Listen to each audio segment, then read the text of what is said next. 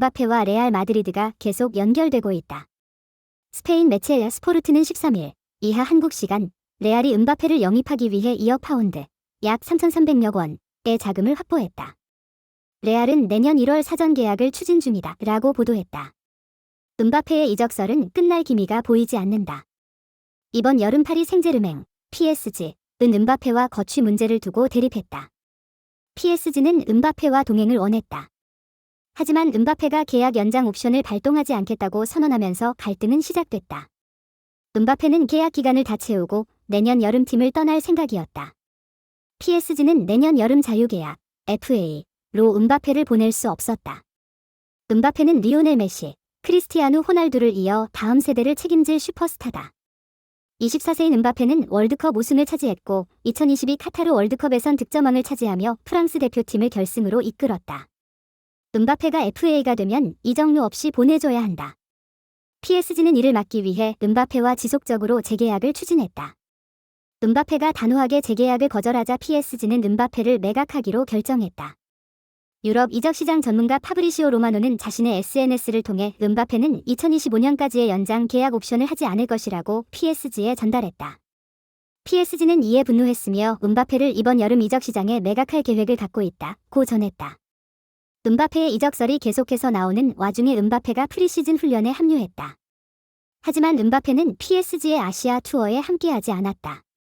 이강인, 네이마르, 아치라프 하키미 등 PSG의 주축 선수들과 달리 음바페의 이름은 명단에서 빠졌다. 음바페가 팀을 떠날 것 같은 분위기였다. PSG가 음바페 처분을 결정하자 많은 팀들이 달려들었다.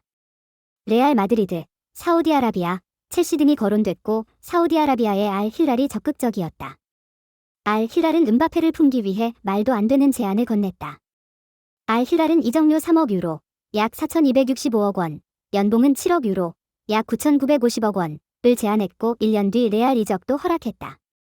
음바페를 처분하고 싶어하는 PSG는 긍정적이었다. 그러나 음바페는 알 힐랄의 만남에 응하지 않았다. 음바페가 알 힐랄의 협상에 반응이 없자 PSG는 음바페가 레알과 이미 합의를 마쳤다고 확신했다. 영국 스카이 스포츠는 음바페는 알 힐랄 이적에 관심이 없다. PSG는 음바페가 계약이 만료되는 내년 여름 자유계약으로 레알로 이적을 이미 합의했기 때문에 알 힐랄과 대화를 거부하는 것으로 보고 있다 라고 보도했다. 레알은 최근 몇 년 동안 음바페 영입을 추진했다. 하지만 매번 협상은 결렬됐다. PSG는 이적설이 나올 때마다 음바페를 잡기 위해 모든 방법을 동원했다. 프랑스 정부까지 나서기도 했다. 레알은 이번에도 음바페를 품지 못했다. 레알은 음바페를 영입하기 위해 1억 3천만 유로, 약 1,883억 원을 준비했다. 보너스를 포함하면 1억 7,500만 유로, 약 2,537억 원 수준으로 알려졌다. 하지만 PSG는 음바페의 몸값으로 2억 5천만 유로, 약 3,592억 원을 원하면서 협상을 이루어지지 않았다. 음바페가 재계약, 이적을 모두 거부했고 PSG는 이번 시즌 벤치행을 선언했다. 실제로 음바페는 1군 훈련에서 제외됐고 개막전에 나오지 못했다. 음바페는 영입생 우스만 덴벨레와 관중석에서 경기를 지켜봤다. 음바페가 없는 PSG는 개막전에서 로리앙과 0대0으로 비겼다. 음바페가 필요해 보였다.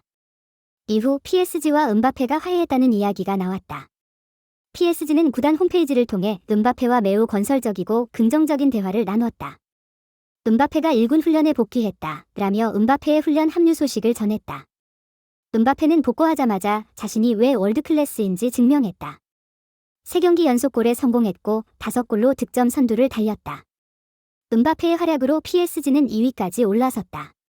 나세르 알켈라이피 PSG 회장은 음바페는 놀라운 선수이자 환상적인 사람이다. 나는 그것을 확신한다. 우리는 매우 좋고 긍정적인 관계를 갖고 있다. 나를 믿어라. PSG는 이렇게 단결된 적이 없다 라고 말했다. 하지만 재계약엔 진전이 없다. 음바페가 계속해서 재계약을 거절하고 있다. 심지어 로열티 8천만 유로, 약 1,140억 원을 포기했다. 그런 가운데 레알 이적설은 끊임없이 나오고 있다. 레알은 내년 1월 겨울 이적 시장을 통해 음바페를 품을 계획이다. 레알은 음바페 영입에 2억 파운드를 준비한 것으로 알려졌다. 제임스 매디슨은 토트넘 후스퍼가 오랫동안 원하던 역할을 100% 해주고 있다.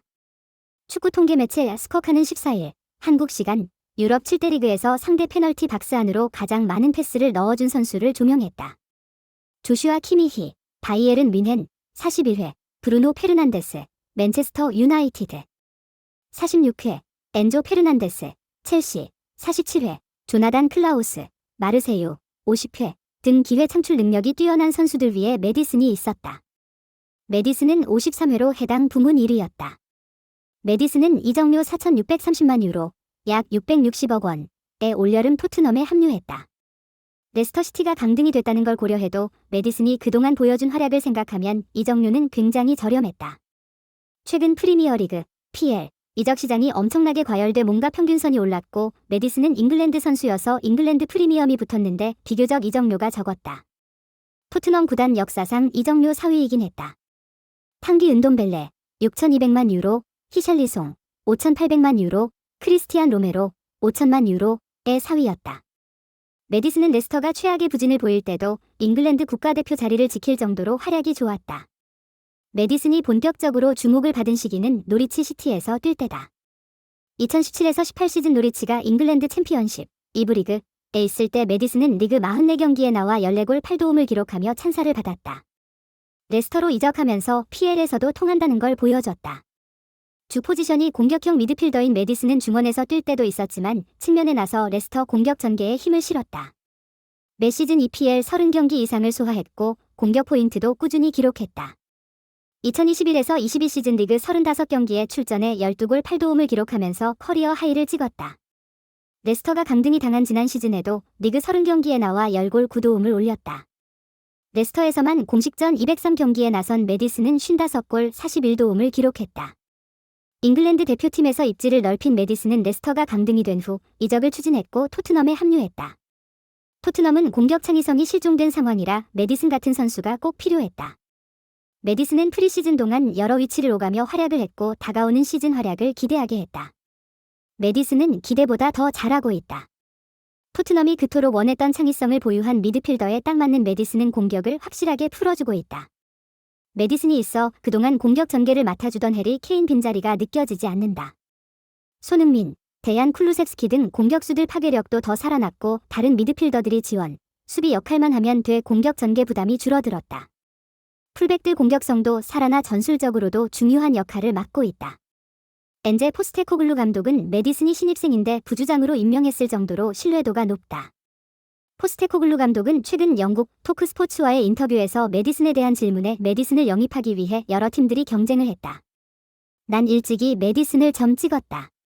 메디슨은 토트넘을 성공으로 이끌 열정적인 사람이다. 지금이 메디슨, 토트넘 모두 성공을 할 수 있는 절호의 타이밍이라고 본다. 메디슨은 손흥민, 크리스티안 로메로와 더불어 라커룸 리더로서 중요한 역할을 하고 있다고 하며 추켜 세우기도 했다. 포스테코글루 감독 믿음을 완전히 보답하는 메디슨은 꾸준히 찬스를 만들어주고 때때로 중요한 득점까지 하면서 단번에 토트넘에 없어서는 안 될 선수가 됐다. 손흥민과 고유 세리머니를 주고받으며 친목을 다져 국내 팬들에게도 사랑을 받고 있다. 앞으로도 메디슨의 기회 창출 능력은 토트넘에 큰 도움이 될 것이다.